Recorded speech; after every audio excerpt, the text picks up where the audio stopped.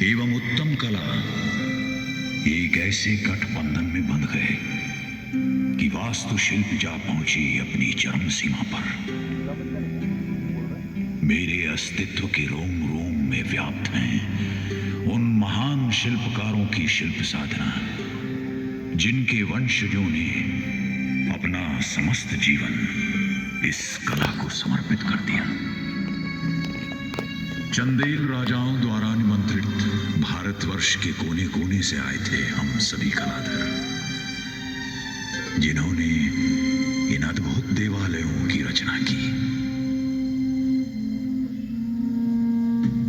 1000 वर्ष की लंबी आयु में मैंने देखे हैं गौरवशाली साम्राज्य, कला पारखी महाराजाधिराज और साक्षी रहा उनके साकार होते हुए सपनों का।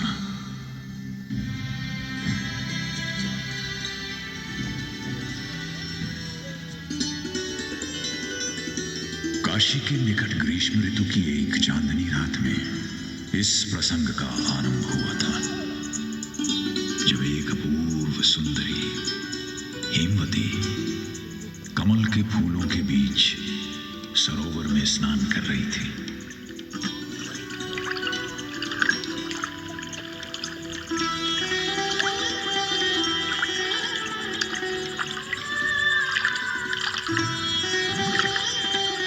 वो सुंदर थी, इतनी सुंदर कि स्वयं रात्रि के देवता चंद्रमा उस पर मोहित हो गए।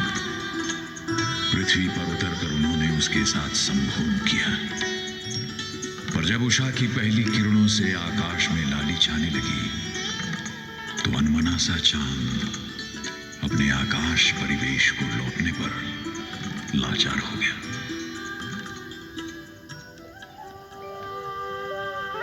ओ लावण्यमयी, अब तुमसे विदा लेनी ही होगी।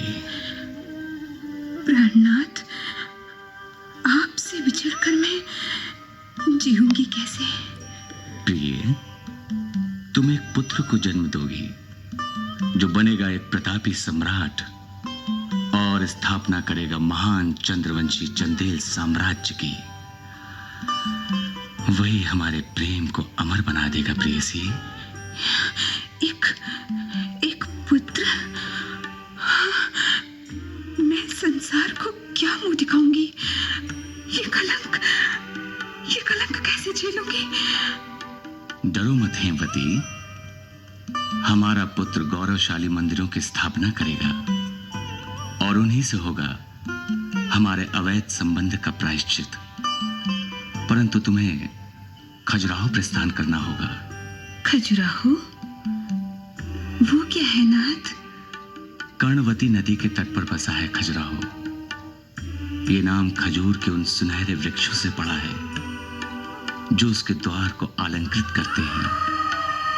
सघन वनों और झीलों से सुसज्जित एक अत्यंत रमणीय स्थल है ये।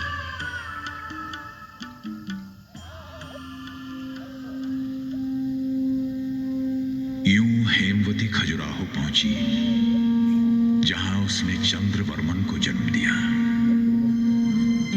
कहते हैं कि उसने ही अपनी माता के पाप का प्रायश्चित करने हेतु 85 मंदिरों का निर्माण करवाया।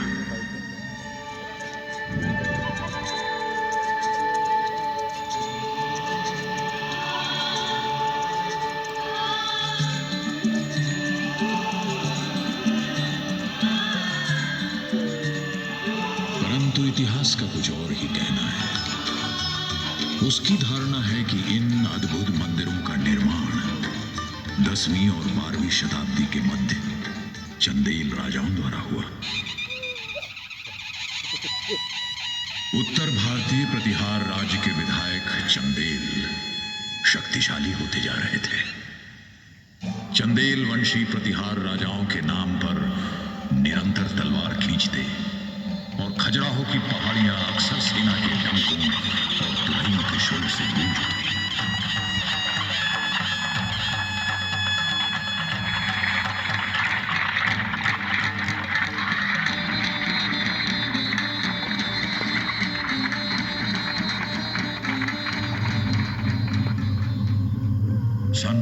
1240 में चंदेल राजा यशोवर्मन ने कलिंजर के अजय दुर्ग पर हमला किया, जो मध्य भारत का सैन्य द्वार था। सैनिकों कूच करो!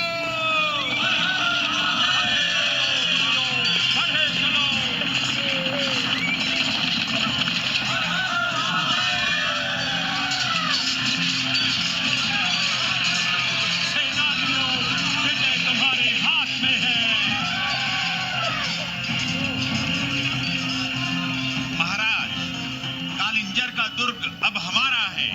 धन्य हो प्रभु, धन्य हो। मैं यह दुर्ग अपने प्रतिहार सम्राट को भेंट स्वरूप दूंगा, परंतु पहले इस युद्ध में बलिदान होने वाले वीरों के नाम हमें गिनवाओ। हम उनके परिवारों की आर्थिक सहायता करेंगे, कुछ गांव देकर। वाह, कितना उत्तम विचार है महाराज। इससे हमारे सैनिक अपने परिवार पालन की चिंता से मुक्त हो जाएंगे और तन मन से युद्ध करेंगे। नाथ, खजुराहो चलिए ना। वो आपके पूर्वजों का प्राचीन कार्यस्थल है। वहीं हम इस विशाल विजय का उत्सव मनाएंगे। उत्सव ही नहीं महारानी, हम भगवान विष्णु का एक अद्वितीय मंदिर भी बनवाएंगे। उनके ही प्रताप से हमें ये विजय प्राप्त हुई है। ये कार्य तो आपको अपार धार्मिक कीर्ति देगा राजन। आप पर सदा प्रभु की कृपा बनी रहेगी। चलो खजुराहो के प्रस्थान की तैयारी करो।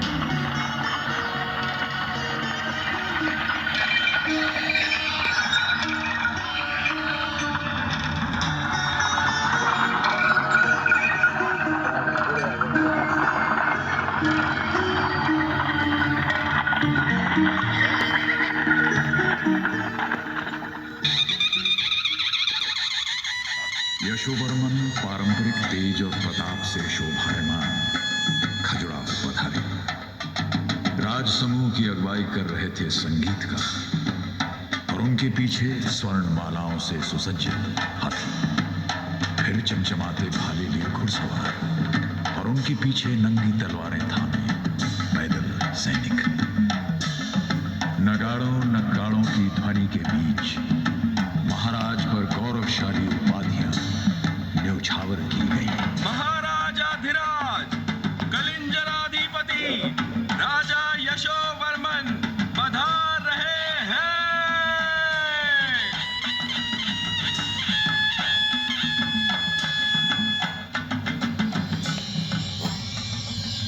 आर्यजन, यही है वो स्थान, यहीं पर हम अपने मंदिर की स्थापना करेंगे। विचार उत्तम है महाराज। आपके पूर्वजों द्वारा निर्मित मंदिरों के कारण यह स्थली पहले ही पवित्र हो चुकी है। और चारों ओर ये पहाड़ियां, ये विकसित घना जंगल इस स्थान को शत्रु के प्रहार से भी सुरक्षित रखेगा। यही बनेगा उत्तर भारत का सर्वोत्तम मंदिर, चंदेलाओं के प्रभुत्व का उज्जवल प्रतीक। किंतु महाराज, इसका स्थपति कौन होगा? ढूंढिए राजमंत्री, भारत का कोना कोना छान मारिए एक ऐसे स्थपति की तलाश में जो अनोखा हो, जिसका ज्ञान असीमित, जिसकी कल्पना अद्वितीय, जिसकी दृष्टि उज्जवल हो। ऐसा शिल्पकार ही मेरे सपनों के मंदिर को आकार दे सकता है। महाराज, एक व्यक्ति है ठीक वैसा ही जैसा आप ढूंढ रहे हैं। सुना है इस संसार के रचयिता विश्वकर्मा की ही भांति है। अच्छा, क्या उसे वेद ज्ञान है, मंदिर वास्तु समझता है, यंत्रकार और गणितज्ञ भी है? अवश्य महाराज, इतना ही नहीं, वो धार्मिक और दयालु है। ईर्ष्या और स्वार्थ से वंचित, शांत और तीव्र बुद्धि वाला है वो। तब तो उनमें उत्तम स्थपति की सभी योग्यताएं हैं। उनसे कहिए कि राज पुरोहित से विचार विमर्श करके निर्माण कार्य आरंभ करें।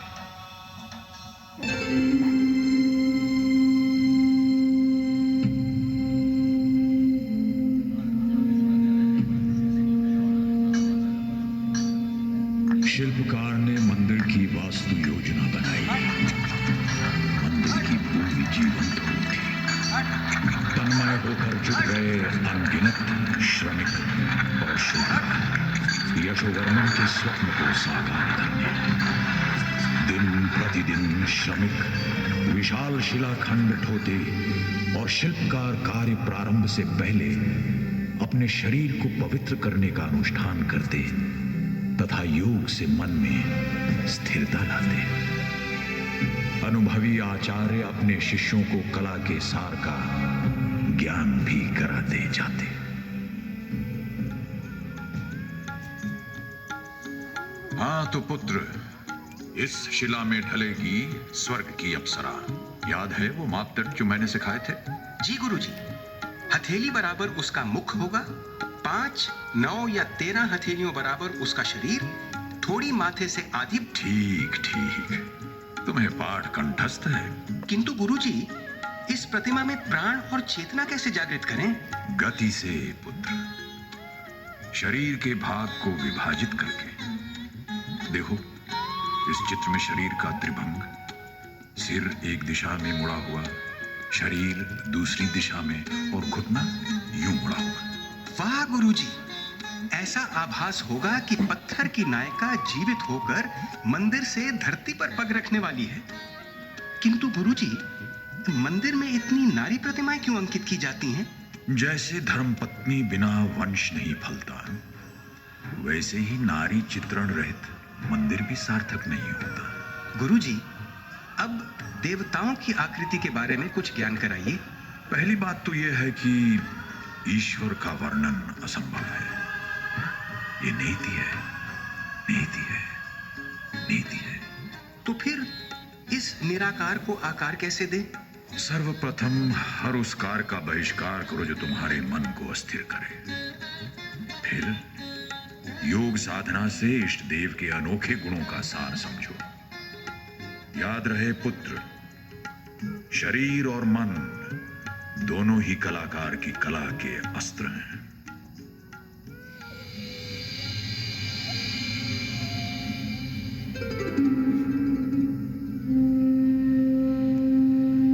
यशोवर्मन मंदिर निर्माण की प्रगति परखने प्रायः यहां आते। राजशिल्पी भगवान विष्णु वैकुंठ का ये पंचायतन मंदिर वास्तव में अद्भुत है। राजन, कार्य पूर्ण होने पर यह पहले के सभी मंदिरों से सर्वोत्तम होगा और भविष्य में कभी कोई इसका प्रतिरूप नहीं बना सकेगा। हमने आपसे विशाल निर्माण का आग्रह किया था, किंतु यह तो हमारी परिकल्पना से भी कहीं अधिक भव्य है। विचार करें महाराज, पुराने मंदिरों की तुलना में ये विशालकाय है।